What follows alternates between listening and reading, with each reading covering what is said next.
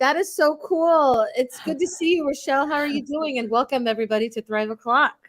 I know. I was like, I had forgotten how much I enjoyed the beginning of like the intro and everything.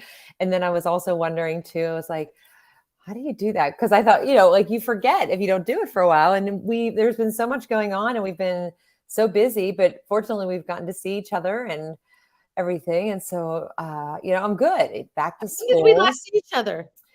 We saw each other at ISTE. Okay. So in June, yeah. And I know that we'll probably have some events coming up. We get to see each other. If not, we'll just have to make some plans. But I want to come to see you in your new house there because it looks really nice. Oh my gosh. Yes, my new house, y'all. I'm so used to all your books in the background and everything, but no, Anyway. yeah, Well, everybody, it's good. it's back to school season. Everybody is back to school. How many weeks are you in, Rachelle? It's a couple because we go back a little bit earlier. I mean, I know some people just started like right after Yeah. Labor Day, and we started. Teachers started like the week of, I think the 23rd, maybe it was, whatever it was in August, because we had a full week, but the kids didn't come till the Thursday that week. And then we had the 5 days, and then the Labor Day week, which was last week, was after that. So we've had, I don't know, at this point, probably like 14, 15 days of school, I think. Yeah. Yeah, but it's definitely exhausting. And I know some people were like posting, last week, like, yeah, first day of school. I'm like, what do you mean first day of school? I've been in school for 2 weeks. It feels like a lot longer. Yeah. But there's friends of ours that are in the South that, I mean, they started at the end of July. Like I feel like people just unpacked, put everything away from their classroom and then they had to unpack and put everything back up in their classroom. And it's so quick, but I don't know. So what about you? Well, I don't know, and we haven't done this since the summer, which so some people may not know, but I am back in the classroom. I am a middle school teacher, and it's so funny to think that I'm a middle school teacher, but I love it. The kids came back, I think on the 23rd. I could be wrong. I feel like we've hit a month. I don't know. Today I walked up a mountain, a literal mountain. I am Oh my so gosh. sore. I fell on my butt the way home or the way down. Oh no. And I'm covered with mud. You can't see it. I am a little, but I tell you what, like the we're fact getting extreme school. that you climbed a mountain because, Yeah. I think of people that get outside, after school or they get up actually early before school. Our good friend, Dr. Sarah Thomas, would get up early in the morning at like 4:30 or something, and she'd be at the gym. Other people were out like hiking and running early in the morning. Like for me to even walk down the steps in the morning, let alone climb a mountain And I did early in the this. morning or after So school. I did this with my students. Our whole Yeah. grade went. Every I grade think- goes to this awesome school that I work at, and I was the very last person to get to the saddle where we were, and I was the very last person to climb down the hill. And Hey, doesn't matter. It does not matter, right? You did it. You went up the mountain. You came down the mountain. It does not matter because for me, if it were me doing that, I would still be sitting on top of the mountain. Just telling you right now. I wish I was. Or- I knew going down. I was like, I don't know. This might be worse than going up. So Yeah. Or I would be rolling down said mountain at some point. Or actually, it was rugged. I can imagine. Like that is not, I mean, it's awesome for the kids to get outside and to explore and do things like that. Like those opportunities are so important because, and I talk about this all the time too, like in school, I mean, it's hard to take kids out for field trips for one thing, like finding places to go. And then when you're, there's a lot of great learning opportunities that you can do in your classroom. But the thing is too, like when they can get outside and get up and moving out of those seats, because in the, and I always have it like all my books over here, the book by Tom Murray and Eric Sheninger, that Learning Transformed, they talk about how on average kids in grades K through 12 spend around 11,700 hours sitting in their desks in the classroom. So like that's the equivalent of like 470 some days. So imagine if right now you have to stay where you are, you can't even get out of your seat for that long. My knees are killing me. I'm not going to lie, but I work at an amazing school, and one of the things is it's project-based learning and outdoor experiential learning. And it's really amazing. And I have to give a shout out to my boss, who's his birthday. We're going to do shout outs in a second. We But are. my boss is Adam McKelkey. His birthday is today. And I just want to thank him for the best, worst day of my life. I'm not sure if maybe having another kid would be less painful. But I did. So last year I went with Maddie at 8th grade, just as a parent. And I only made it about halfway up last year. And that was when I was 40 pounds heavier. And I had a talk with myself. And I'm like, I want to do this. And I want to go all the way up. But I literally couldn't, because I started slipping. And I knew that if I fell, it would probably take like a helicopter and a lift to pull me off of that mountain. And I just could not imagine like everybody trying to get me down the mountain. So I was like, I really got to do something. So it's really cool because that literally happened. That was the anniversary yesterday. Okay. I am more than 40 pounds down. And so now I'm renewing my, I'm going to be 40 pounds by this time next year. I want to be another 40 pounds down. And so, yeah, and it made my knees are killing me. I feel so old, but I'm also excited. And I love being a middle school teacher, and it's hard. I have been buried and overwhelmed with all the new things that I'm doing. Yeah. And I love being back in the classroom, and I had no idea that I would love it as much as I do. So I'm very happy, even though I'm very tired. How about you? Yeah, it is super exhausting. And I just feel like, and I have larger class sizes this year too, especially in my Spanish 1 class, which is it's so different because it's fluctuated over the years. I mean, years ago I think I had like 90 some students in Spanish 1, and then it trickled down, there were scheduling conflicts, and I'm the only Spanish teacher. So, there's only so many classes that I can teach during the day, to fit them in. And my room is only so big. So I have like double what I had last year in the level 1s and even in my level 3, but it has been, and I try to get out of the front of the room, but I have like not that much space to get around because I have so many students. But it's been really good. I have really great classes. It's a lot of fun. I'm laughing a lot, mostly at myself. Like I made the same silly mistake yesterday morning, practicing the alphabet with the Spanish 1 class. And then I did it in the 6th period. And I said, wait, did I just say? And they said, yeah. I go, oh my gosh, like, I can't believe I did the same thing, like the exact same way. And you know why? Because I was multitasking, because I saw on the board, somebody wrote Happy Friday, and I'm spelling like words to them. And I'm like erasing that, and I lost track. And then the 6th period, I was taking attendance while I was spelling the word. And I said the same letter incorrectly. And they're looking at me and went, sorry. And then when I repeated it, in 1st period, I said, for real. And then in 6th period, one of the students says, is that for real this time? And I was like, yeah, that's the real letter. So anyway, that's my story. But hey, we have a lot of people watching us today. So that is fantastic. I'm so glad people are joining in, and we're going to have a rich conversation here. And we are having a rich conversation here. So if you are joining, like, drop some comments. Let us know where you're joining in from, how your school year is going. Are there any challenges that you're facing already, especially beginning of the year? And, so there's our shout out. There's our first shout out. And that's the first shout out. So any other shout outs? I want to give a shout out to you because it's your birthday tomorrow. Happy birthday to you. Happy birthday to you. Oh my gosh. Where's my happy birthday? I don't have do I have a happy birthday sign? Oh no, I have a Friday sign. It's not Friday. Just kidding. So, but yeah, so shout outs. I'm giving shout outs I'm glad you're here. I'm happy to have our guest we have with us tonight. And one of our favorites, maybe I shouldn't say that, but it's true. So, we have a couple favorites that we have on, and we have great conversations with them and lots of fun. So I am ready to dive in if you are. Yeah. I'm so glad that Michele is back, and welcome, Michele. I'm going to bring her up. Okay, you do it, because I was almost going to do it. Okay, here we go. Hey, Michele. How's it going? Hi, Mel. Hi, Rachelle. I'm so sorry I'm late. Oh, you're okay. You're okay. Fine. We haven't seen each other for a while. We're catching up. Yeah. Oh, good. Yeah. I just want to say this. It is Rachelle, Mel, and Michele again. It's always fun. I love being on your show. Thank you so much for having me. Yeah, we love having you on the show. And I do love the sound of when Mel says Rachelle, Mel, and Michelle. I mean, I can't say that fast 5 times, but no, it's great to have you back. And we have been just talking about the school year and anything. And I was saying about a little bit about challenges and stuff like that and diving in. But before we dive into some like conversation with you, would you mind, for anybody who maybe has not seen you with us before, let everybody know who you are, what you do, and maybe you want to throw in a fun fact, you could do that too. That could be our game. Yes. Well, I'll start with a fun fact.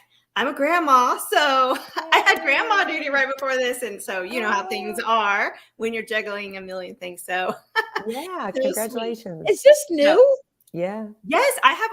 He just turned 1. Oh. So, I wanted to like set him somewhere close where I could keep an eye on him and then still do this, but that wouldn't have never happened. So safe and secure. Yeah, that's awesome. But I also, in addition to grandma duty, I also started X2 Vol about 15 years ago. So we're in our 15th year, going into our 16th year, and I have a great team who helps me with running every single thing. But what we do is we focus on service, community service learning, a work-based learning, CTE, and we do all the tracking and reporting for that. So we authenticate everything that the students are doing out in the community. We minimize the falsification, and then they can just reflect on everything they've done, the impact that they've had, and they're able to attach that to their college applications or their resumes if they go straight into the workforce after high school. Yeah, I know how long you have been doing this, but every time I hear it, I just think like, I had not heard of, what you offer. I had not heard of XVOL it's been a couple of years now since I've known about it, but I just think of how many other educators out there don't know about it and need to know because of all of the, possibility, like opportunities and resources that you share. And I think there's more, that's being highlighted on like all the benefits, like I know in my school, we've talked about this before, like volunteering and mentoring and the CTE and the social emotional learning and all of these different skills to prepare them for the future. And different schools might be doing something like that, but it's not really a system that's working very well for them maybe, or they don't have the resources to know like, well, how do we do this? Or what's the right way to do it? And I love the whole story behind it. So for anybody that doesn't know the whole story, like you might have to go back and watch our first episode with Michelle to find out. We're going to I'll have to start dropping some of those links so people can actually get the whole story behind it. And you can also see it on the website too. So yeah. Yes. And a lot of schools, they just started out, with a program manually tracking, and it's gotten so big. So especially like right after, COVID, the programs were coming back into play kind of slowly, but now they're full force and it's just too much to manage. And there's so many good things that happen. Like you said, Rachelle, so many things are happening. Just the leadership skills that they gain, the connections to the community, just helping in a team kind of environment is so helpful in the growth of the students and their connection to the community. So I just feel like this is the direction that education should be going in. Our students, we're still trying to enforce this old system, and our students need something that includes them and includes the way that they want to learn and show that they don't have to graduate before they're active members of society or citizens where they are. And so I love your program, and I'm thinking now that I'm back in the classroom, I probably need to get it going. I work at an amazing middle school. Do you work with middle schoolers too? Mm-hmm. Middle school and high school. That's our focus. Awesome. So, and are you still in Alaska? I am. Oh, all right. Miss Michelle, but today I walked up a mountain. Oh, and I'm so Denali? No, I went not Denali. But it's crazy. I fell on my bottom on the way back down. So. Oh, that sounds serious. I have a lot of cushioning, so it was okay, but my knees are killing me. I'll tell you that. Oh, too bad today. Well, it's a really cool school.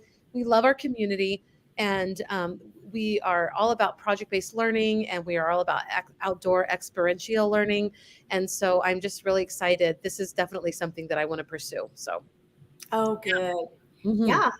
And the students can reflect after each experience, instead of waiting till the end of the semester or the end of the year and writing a paper, because life happens so fast. And it's just, everything that happens in those moments where your heart is changed or where you learn a new skill, and you want to capture that right then. You won't remember it with all the things you have going on. Even we as adults, we don't remember things that happened a week ago. It's true. Like an hour ago, some days, or 5 minutes, you get up to do something and you're like, okay, I'm not real sure why I stood up, but let me find something to do since I'm standing up. That's right. It's odd, but so before you had joined us, Mel and I were talking about like back to school and things and challenges, and there is one thing that I'm curious about, because we're all in different geographical areas, but I know that I get emails all the time from different organizations that are posting jobs, like they need substitute teachers, they need teachers. And I always joke when people when I do presentations, or if I just talk to people in general and say like I want my kids to learn Spanish at school, but I also want them to develop skills that they need in the future. Would I like for them to go on to be Spanish teachers? Yes, that would be awesome. I said, a teacher in general will be awesome. I said, because we need teachers. There is this shortage. And so I know with the work that you do, what are you seeing in your side of viewing things when it comes to teacher shortages and how that impacts, programs like what you offer, or, similar service programs that could be offered in schools? What are you noticing? Well, we've been doing this for a long time. And so when there's a trend that stands out, we kind of have to adapt, and we notice what's happening. And one of the things that we've noticed really this year is, the fact that the teachers have left. So many are changing careers. They're just kind of leaving, and there's a teacher shortage just everywhere. And so what we hear, the way that impacts what we're doing, is that teachers they're not able to get more resources, so they have to take on more things like service programs. And so one of the terms that I hear a lot now is that we're being voluntold. We're asking people to take on the service programs, but not really asking. And so it made me think, what's happening in when you're basically assigned an additional responsibility as a teacher, how much is your heart in that, and how does that impact, especially service? If, are you feeling like it's something that you have to do or something that you want to do? And I'm sure it's just sort of like you're torn as a teacher, because there's only so much you can do. And I just hear about these teachers that are taking on more and more and more because they don't want a program to disappear. And so they're saying, you know what, let me help with that. Let me do it this year, and then maybe we'll have more resources next year. And I just am seeing kind of like not a heaviness, but just sort of and not a burden, but just more and more that teachers are taking on, and it's already hard. So, that's what I'm seeing. Our platform does relieve a lot of that tracking, but still, it still takes a teacher leading that, and a teacher, the more successful programs that we see have really engaged service leaders that have a heart for service. It's not just something that they take on and say, okay, let's get this done. It's more like they talk to the students about it. So that's what I'm seeing, if nobody takes it on, then there can't be really a service program. So. Yeah. And the term, the voluntold, I mean, that's, everybody's familiar with that term. And it's like, well, did you volunteer or were you voluntold? And, I have a lot of friends that are involved in a lot of different organizations. And in some cases, there were clubs or programs in schools that existed. And then whoever was, the sponsor or facilitator for that left, and then the club, they wanted to continue, and so they try to find somebody. But teachers, there's so many things that teachers do that it's hard to make that commitment sometimes. And so then I've had, like I said, I've had several friends I can't, not even on one hand can I say all the things that they do, but then what happens, of course, is, they end up falling in love with the work that they're doing because it's for the kids and those are the benefits, but they're exhausted. And so it's like, you try to figure out, like, what's the solution to this? And I don't know, like, Mel, if now you're back in the classroom again, and is this something that you see or that some of your colleagues talk about too, or that you've heard, oh yeah, I've been voluntold? Yeah. I don't know if this is not a secret or anything, but I don't think that I was planning on going back into the classroom, at least not anytime soon. I work at an amazing school, and when teachers have to take on responsibilities, they're paid for those responsibilities. Like today, teachers had to keep the students in for lunch, and so they're paid when they do those different types of duties that they don't normally, have for their hours or their inside of their work hours. And so so I feel bad because that is being voluntold, or that's such a normal thing for us, that's always been a part of the system that I've always worked in. And that's one of the things that burned me out really fast, or well, actually not really fast because I was in it for a long time.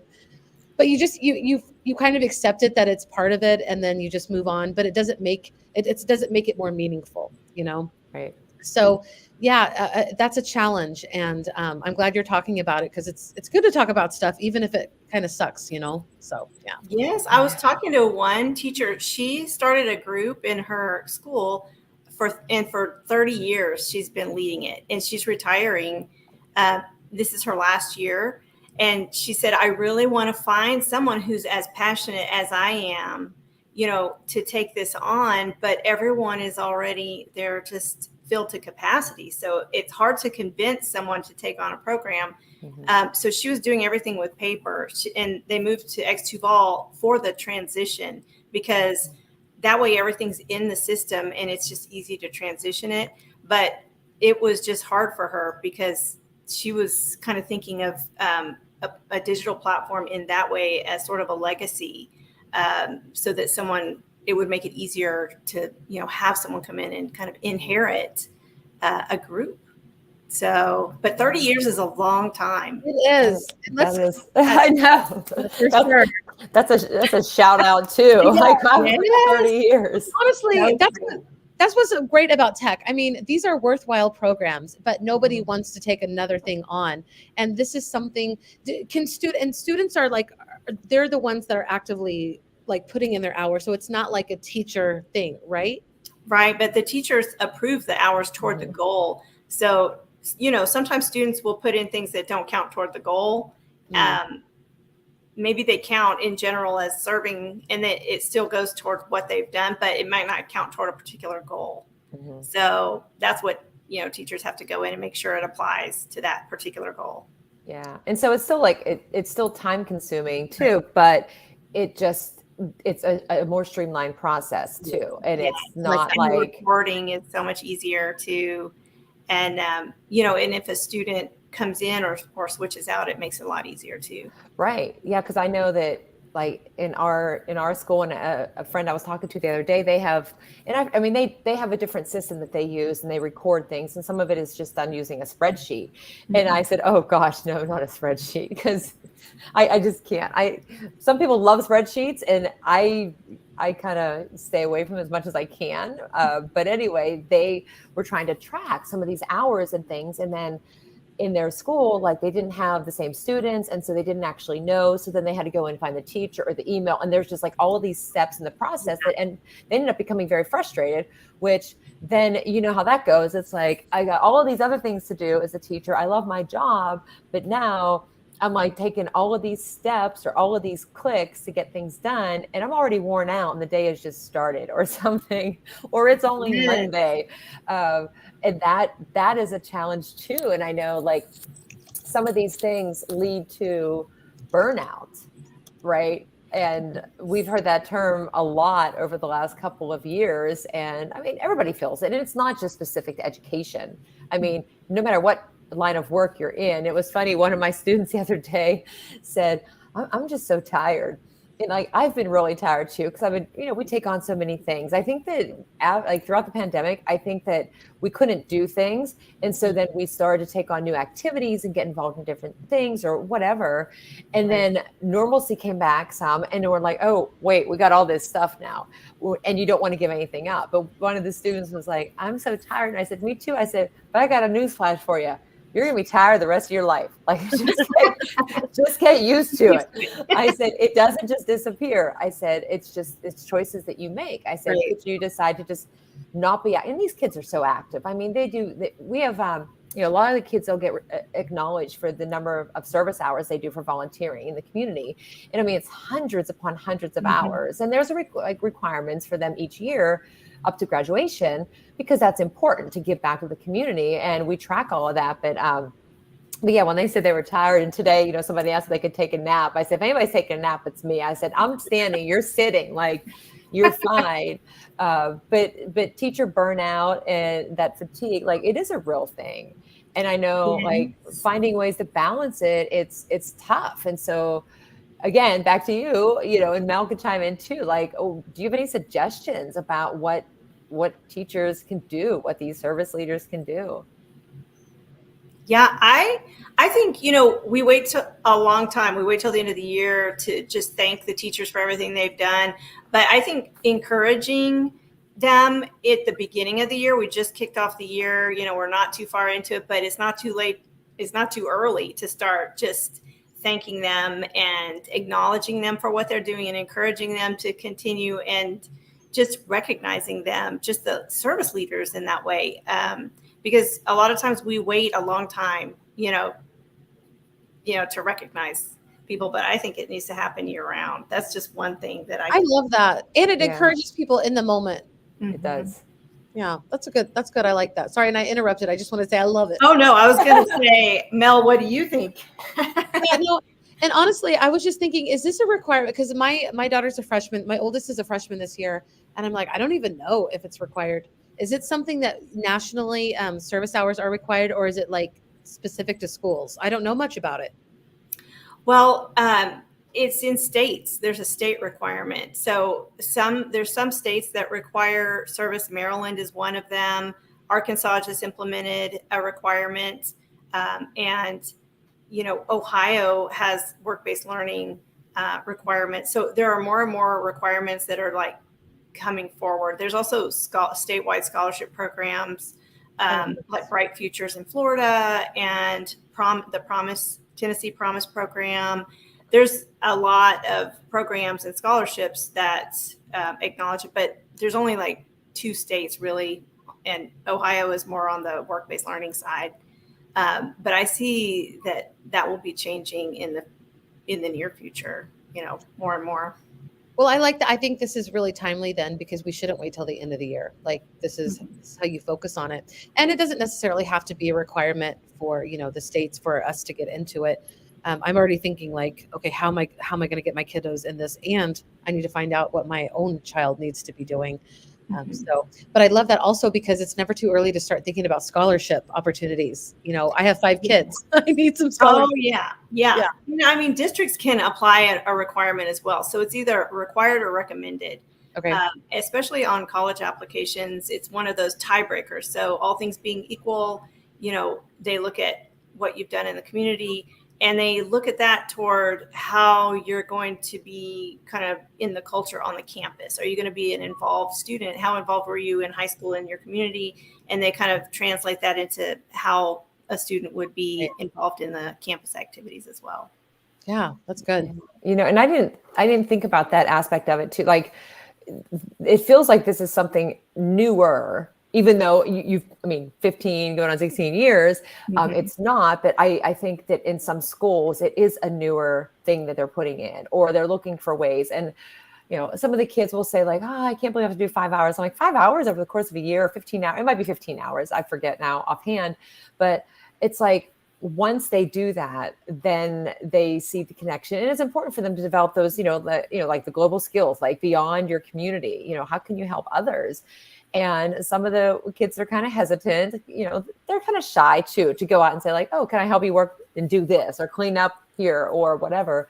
And the school and the community are really supportive with that. And I think finding those opportunities, but then seeing the benefit on kids when, I always go back to the SEL and say like, oh, they're building like this awareness and developing empathy in some cases, depending on what they're doing in that volunteer service.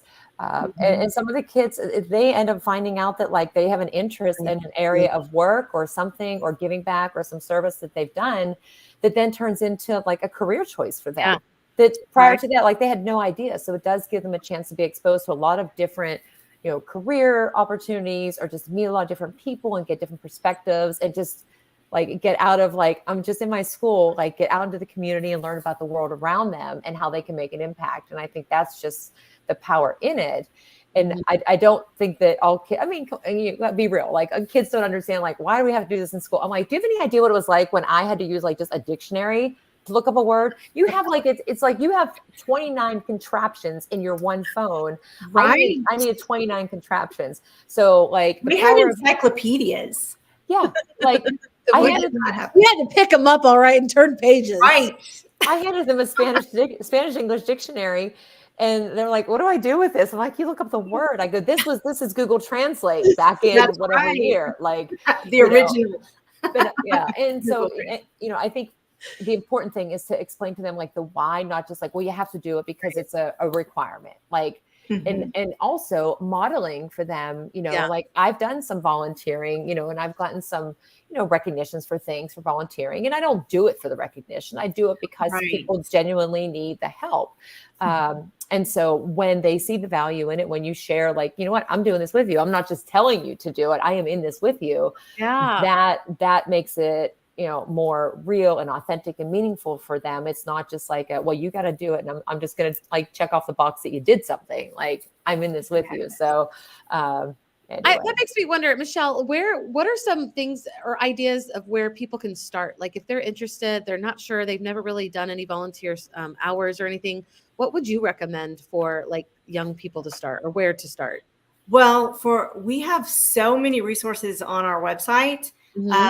So if a school is wanting to start a program and they've never had one before, or they've got one, but they want to like just kind of make it bigger in terms of reach, we have some great case studies of schools and districts that have partnered with the community to have events on campus, because one of the difficulties or challenges that students have is the transportation to some of the opportunities that are out there. And so we have some examples where schools and districts have brought the community onto the campus for certain days of the year, and they're able to really break up into different groups and experience different opportunities right there on their own campus with their organizations that are local to them that they're familiar with. I love some of those stories. Also, students can find opportunities through X2Vol. Whenever we launch in a school, the nonprofit organizations can be invited by the school to post opportunities for those students if they already have organizations that they're partnered with.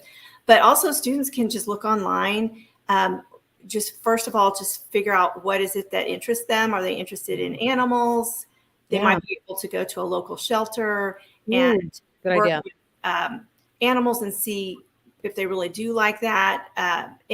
In terms of like a career, if they're thinking about being a veterinarian, it's really good to find some opportunities in that as well, because there's more than just working with the animals. You can also collect dog food or cat food or bedding. You can help spread the word about the organization itself. Like there's just a lot of things you could do, but I would say for a student to just kind of start with what kind of things interest them, and then look in your community and see what's kind of tied to that as a starting point. And then you just kind of learn about more activities. And when people see that you're volunteering, then you're going to be asked to volunteer more in different areas too. Right. Oh my God. Mel, are you muted? I'm sorry. Sorry. The vacuum is going on. I'm like, oh, I don't want that on. That's great. And, that gave me a lot of ideas. I was talking to my daughter, my oldest, and we were talking about, I was like, do you have any idea what you want to do when for a career? And she's like, I don't really know. And I knew what I wanted to do. I knew I wanted to be a teacher my freshman year. And I've always gone through with that, or just followed right through with that. And she's like, I want to work with animals. And I'm always thinking the local zoo, but I don't know why I didn't even think about the shelters, but that would be an excellent place. Yeah. Ooh, we have a comment coming in from X2 Ball. Allen High School is a great example of a school that hosted a day of service, yes, on campus, and engaged in students in meaningful service. And you are in Texas, right, Michele? Yes. Okay. I'm in Texas. Nicole's in Texas. She's here with us today as well. Hey, Nicole. Posting those kinds of things. Yeah. And Allen High School is so great. They're huge. They've got about 5,000 students in their high school, and they also have some interviews, that we've done that you can hear the service directors talking about how they got their community involved and things. So, I mean, it's just a really good resource. Even if you don't use X2 Vol, you can go there and just look at the resources that are available from what other schools have done. Yeah, check out this article and like their Facebook page. I will do that. You need to do that. I know. And maybe I can do. I don't know. Well, are we getting closer to playing a game? I need a game. We've talked some serious stuff. You need a game? That's up. I don't know, Michele. Anything else that you wanted to share before we play like a quick game? Because Mel wants to play. We can dive right into a game. All I right. just think I just appreciate you talking about it and just kind of making awareness too about just service in general. So we need a matchmaker game. We need like a career matchmaker game. Oh, wow. Dang it. Michelle's going to come back on. I was just going to say, for episode number 4 of the Rachelle Mel and Michele show, come back for a career matchmaker game that Mel will have created in her spare time while sitting and resting at the top of the mountain. Right. Oh my gosh, y'all. I can post pictures. It's crazy. It's crazy. Well, it was worth it, right? Oh, yeah. It was worth it's worth. I can't even speak. I literally have never experienced anything like this before because I didn't think I could ever make it to the top. But anyway, we have comments coming in too, so I don't want to they're from us. Okay. Yeah. It was just for me because there was a case study. It was Cincinnati public schools, and they had a case study. And so if anybody's interested to know more, like what does this actually look like? There's some great resources that you can check out from them, and just to see, like those personal stories, like that really does help somebody see, like, what does this actually look like? How do we get started with this? So it's super helpful. So, okay, so we're going to play a game. Okay. Tell us about this game. I don't know. I'm going to make it up right now. Wow. No, it's going to be talent. Yeah. It's going to be a that's me rubbing off on her. It's going to be a back to school theme question kind of a thing. Some of them will be personal, like just whatever comes to mind first. And some may be like a trivia fact, like, do you know? So question number 1, here is your first one. Do you know which school supply is the most purchased? Michele, do you want to say something? Because I know what I would say. I think Kleenex. Really? Okay. It should be now. I have never seen so much Kleenex. Yes. On a list. Yeah. I would say pencils. Ding, ding, ding. You're right. Wow. Although I would say that if there was a number 2, that it would have to be Kleenex, because I know in my room I have boxes like everywhere. Okay, here's a fun one.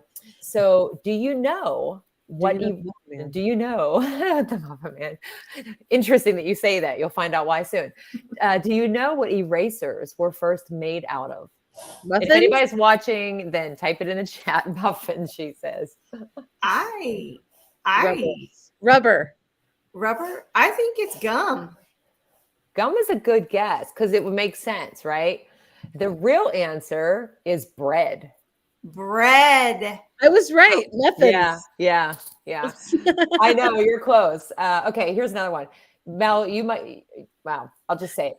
Glue sticks are often mimicked after which makeup product? I don't know, but I want to tell you something. Glue is yummier than the squeeze out glue is all I'm saying.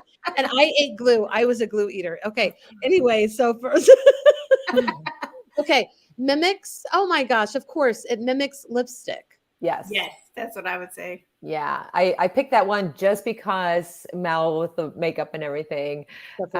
Okay, here's another question. So true or false?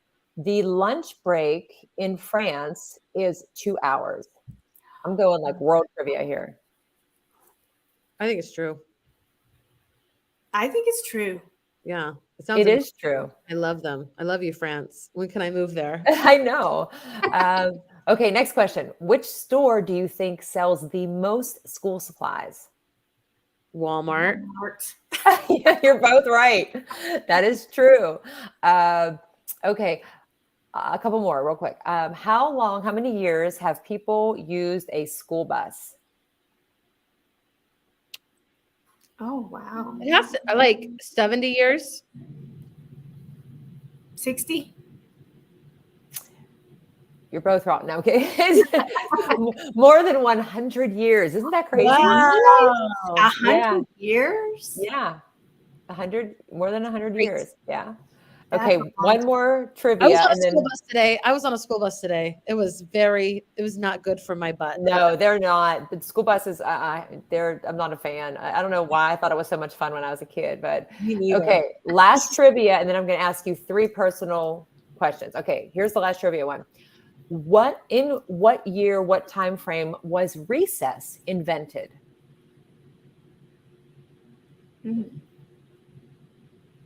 The 30s of the 1930s. I say the 50s. The 1920s. I think the 1920s. I can't even believe this answer is right. The 1600s. What? You were so close. It's good. You're so close. Because you didn't specify what century. So 20s, 30s. So 1620s, 1630s, right? Oh, wow. I know. Can you believe that? Because even back then, they knew people need to get outside and move. So, all right. Here are 3 questions for you. And Michelle, I'll go to you first. What was your favorite subject in school? My favorite subject. Art. Art? Okay. Mel? Lunch. I think mine was probably French, just, because I'm great French teachers. Okay. Question number 2. What was your favorite school supply to purchase? I already know. Glue. I like pencils. I did like pencils. Pencils and glue. For me, it's notebooks, and some things still don't change. I am I have more paper. Like, if anybody needs paper, just let me know, because I got all kinds. I got, you name it, I got it. I am like Office Depot. And Trapper Keepers came back. Yeah, I know. I love Keepers. Retro. Yes, very retro. All right, last question. What was your favorite game to play at recess? Foursquare. Me too. Yeah. That was mine. Foursquare? I never played that. I got to tell you a true story about Foursquare and swearing.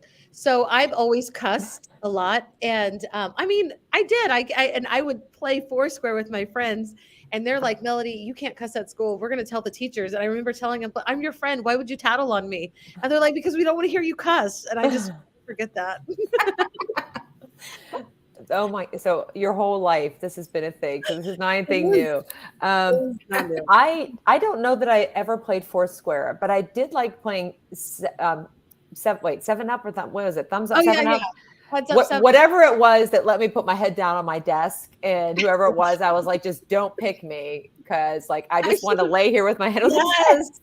I should have played that with the last period, because I'm so like tired. I should have said, okay, that's what we'll play. Oh, good. Even middle schoolers like that. Yeah.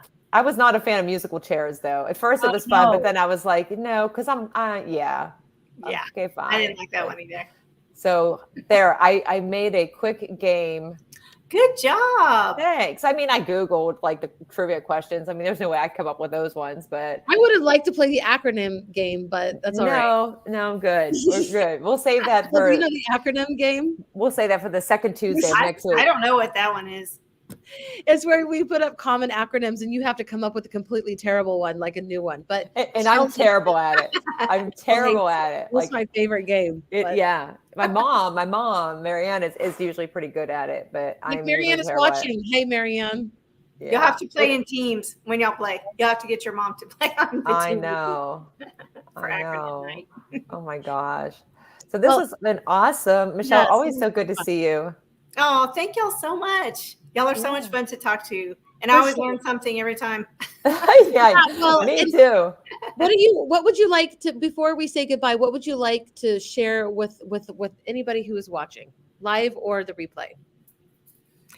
I would just, like I said, encourage someone in your school. Like, look for someone to acknowledge tomorrow. I like that. That's what I would say. I like that too. Yeah, that's the best. And we all need encouragement, especially because tomorrow's Friday and today feels. There's not enough of it. And so when you do it, it's like a surprise because Yeah. there's so few acknowledgments that it's just like, Right. so Those words appreciated. matter. They mean a lot. And you never know, like somebody might just be having the worst day and then you give them that just few moments and it's like a complete turnaround. So always choose kindness, I say. Yes.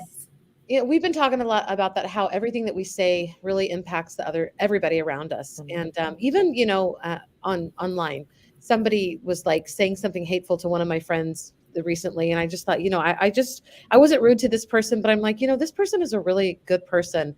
And I hope that, if you're having a bad day, but just know that like, this is what we teach our young people. Our adults are responsible for what we say too, because even when you think somebody's untouchable, they're not. We're all human beings. And yeah, so we definitely need encouragement, and we definitely need to take pauses when we're having, a hard time and we want to lash out at other people. It's not worth it. So nope, just breathe. And I always tell the students, I say, always be kinder than you feel. Like just that's good.